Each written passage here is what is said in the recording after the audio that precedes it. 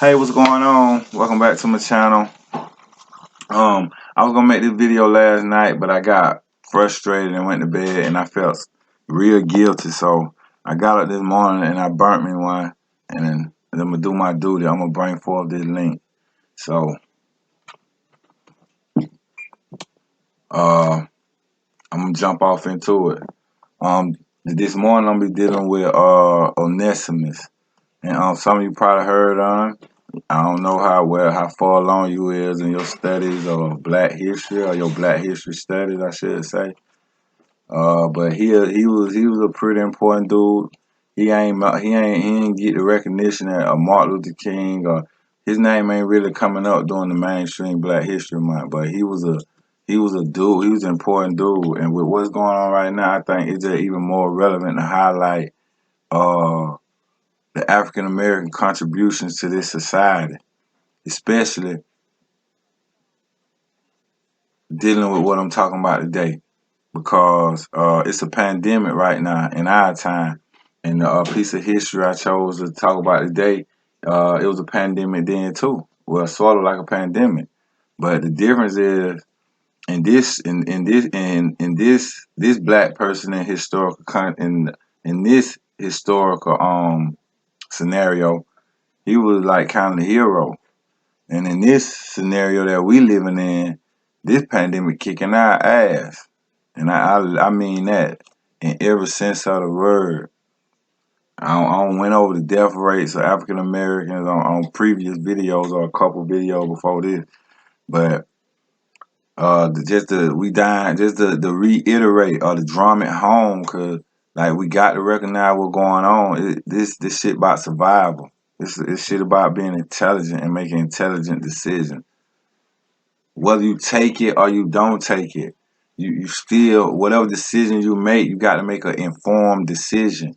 Because you seeking information or being informed on your particular situation, the vaccine might not be the good thing for you. You might be pregnant or got other kind of, because they release information saying that it's other factors. It's other factors that might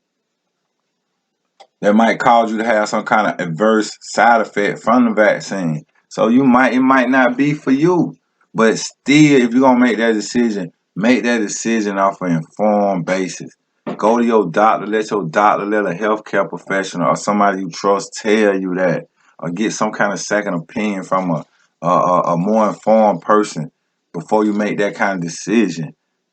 But let me back to my guy, Onesimus. And the name, right? I know the name sound weird, and it's a biblical name, and it'll make sense because well, we know back then everybody was engaged in the slave trade. Everybody had them a slave or wanted them a slave. People that can afford to have a slave. Uh, and his name was Onesimus. His master name, and I call him the master, not because he the master of no another man, but because that's in my mind that's a derogatory term. Cause can't no man master no another man. You know what I'm saying? And it's only a fool. It's a fool that think he can master another man. Like that's a foolish error to me. Being that the human mind is so complex and human thought is so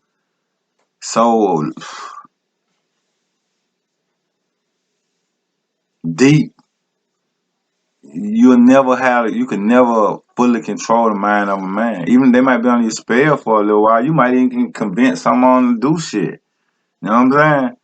And if the shit they do ain't to their detriment, eventually they gonna come up out of that shit. Cause the mind is just it ain't built like that. It's built to evolve. Your ideas and shit. I believe that ideas you have gonna grow and change throughout the course of your life. That it's impossible to hold. I mean, I ain't gonna say it's impossible, but you'll be doing yourself a disservice to try to hold one view throughout the entirety of your life. Now, that don't mean some of your principles and your core beliefs and ethics should change, but your ideas should always evolve. And if you fall in that track, and you building your mind towards that, there's no way nobody can ever grasp it or never keep a hold on it. You know what I'm saying? But it master named him that because he was a preacher. But he wasn't on any preacher. This particular Methodist preacher, Cotton Mather, Cotton Mather. I mean, cotton like the material and matter. Mather. But he was a Methodist preacher, and he actually had wrote the book on the Salem witch trials. He the guy responsible for them folk nutting up and burning people at the stake. It's just it crazy to me that religion always be connected to mass death for some ideology or a way of living that's supposed to promote eternal life and positivity and all that. It always got to be a bunch of death, like.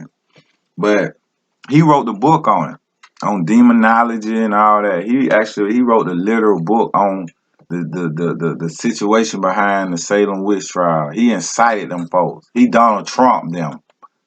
He incited them. He knew they bleed in that shit.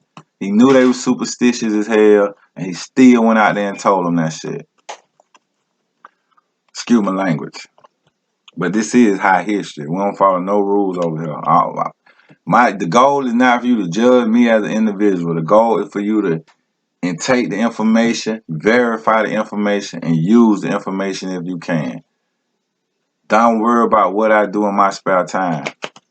Don't get caught up in the personality of the individual. That's what happens a lot of times. Don't get me wrong, the messenger matters, but you got to stay in tune with the information. Who to say because I puff a joint or puff some green that I can't read? Smoking a joint don't impair my ability to read and understand. Just like drinking, I ain't gonna say just like drinking a beer, but they sell beer in the store and people go in there and buy it and get in their car and drive home. They have clubs openly serve alcohol, and people go in and partake in the beverage and get in their car and drive home on highways with gallons and gallons of gasoline up under them, literally riding in a mobile bomb, impaired by alcohol, and we trust them to drive. So I don't think me smoking a joint impair my ability to relay facts about history, cause it ain't my opinion. I'm just getting these facts, these verifiable facts, these Wikipedia cited sources. You know, you can go and find out for yourself. But I feel like it's my duty to highlight these people because these are, to me, these are forgotten heroes. These are people that were hidden from us so we wouldn't know our own potential. Because think about this. Think about this.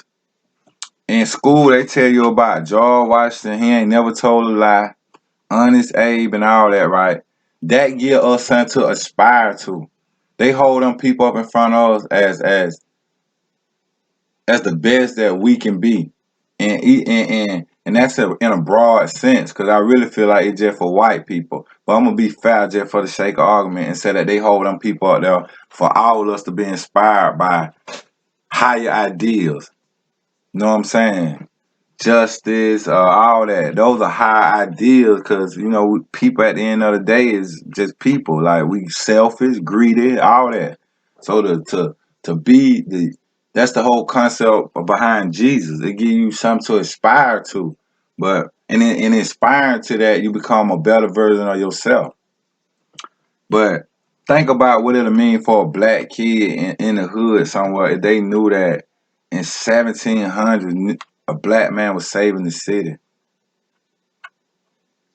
That a black man had the medical knowledge and the technical insight to engineer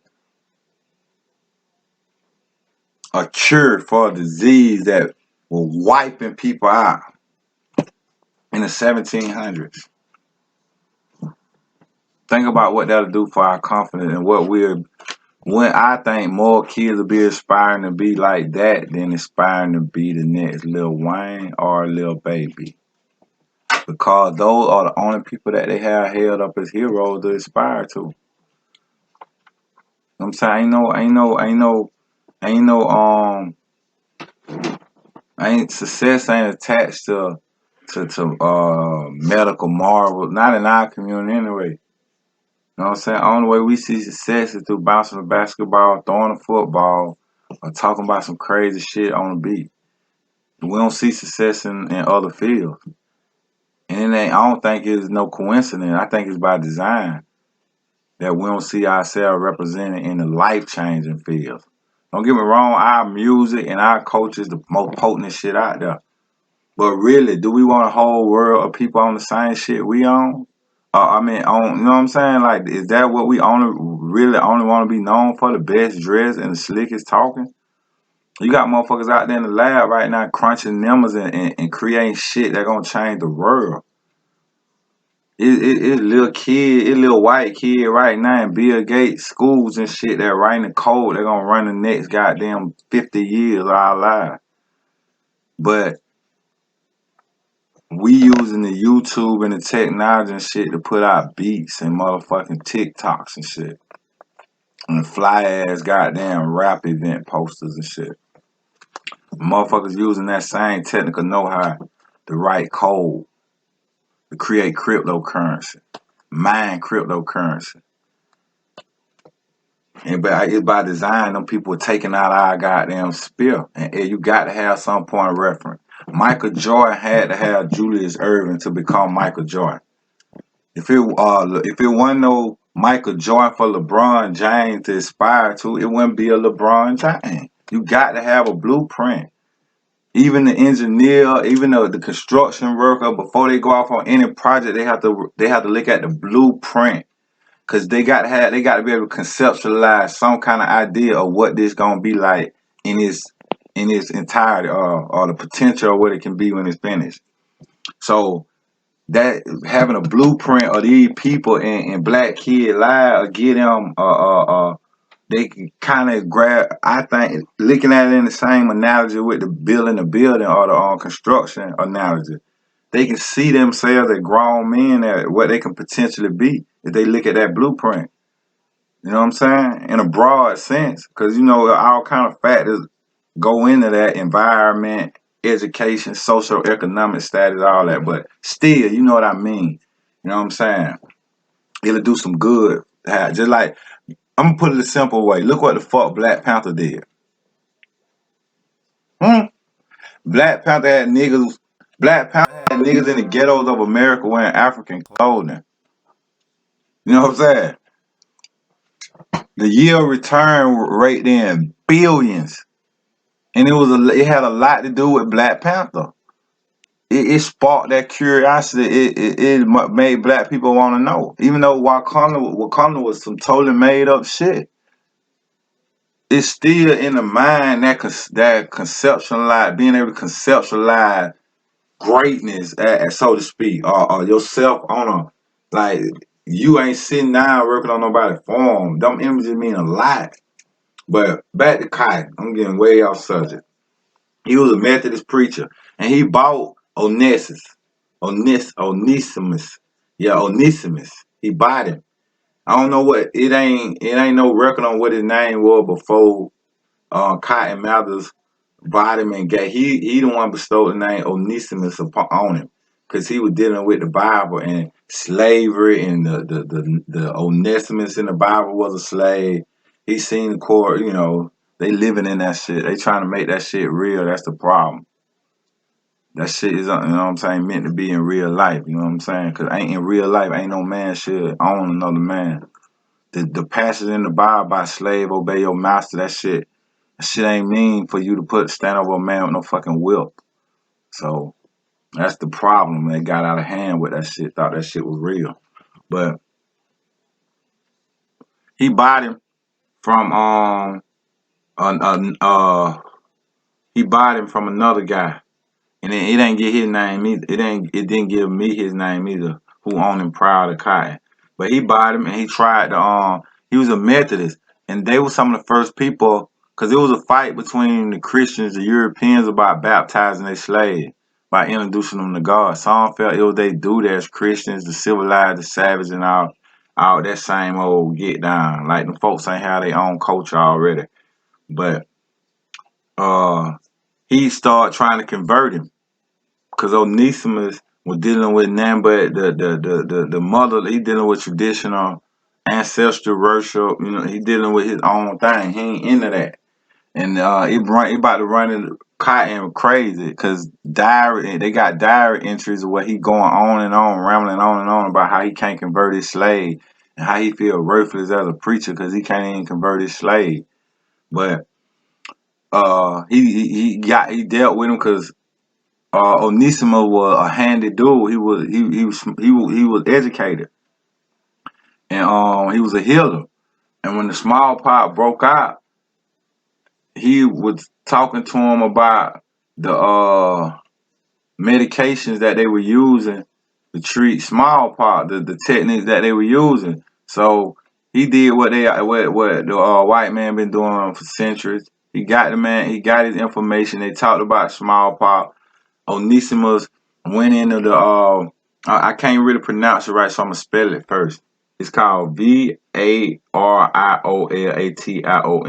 Variolation. I could just big lips, black big lips. This shit wasn't written for us.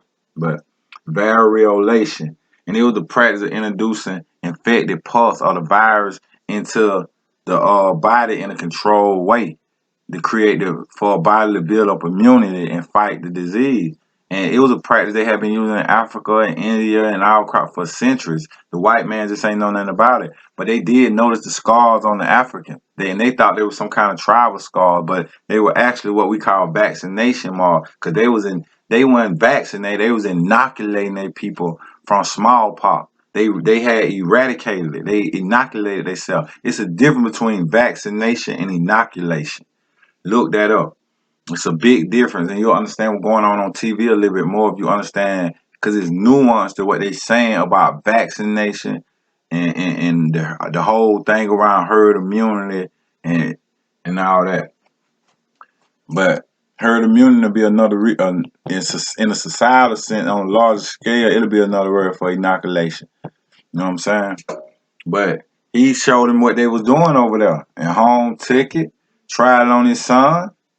Son went through it, ain't think he was gonna make it. He made it, and then when he went out, like he had came up with it, went out trying to spread it, and they ridiculed him, and he started telling them where he got it from and how the Africans were surviving with it. And why the smallpox wasn't affecting the Africans, the slaves, the way it was affecting everybody else, and he was telling them why.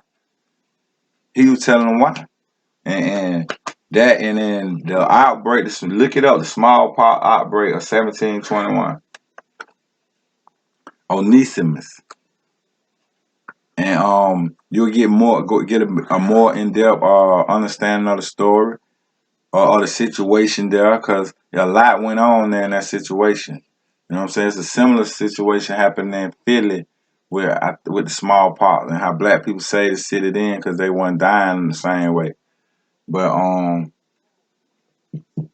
this right here was in Boston, and he was called the Great Bostonian because of what he did for the city. But we don't hear about him, and especially right now, it was if you were paying attention, it was a black girl at the heart of the vaccination effort, a black scientist.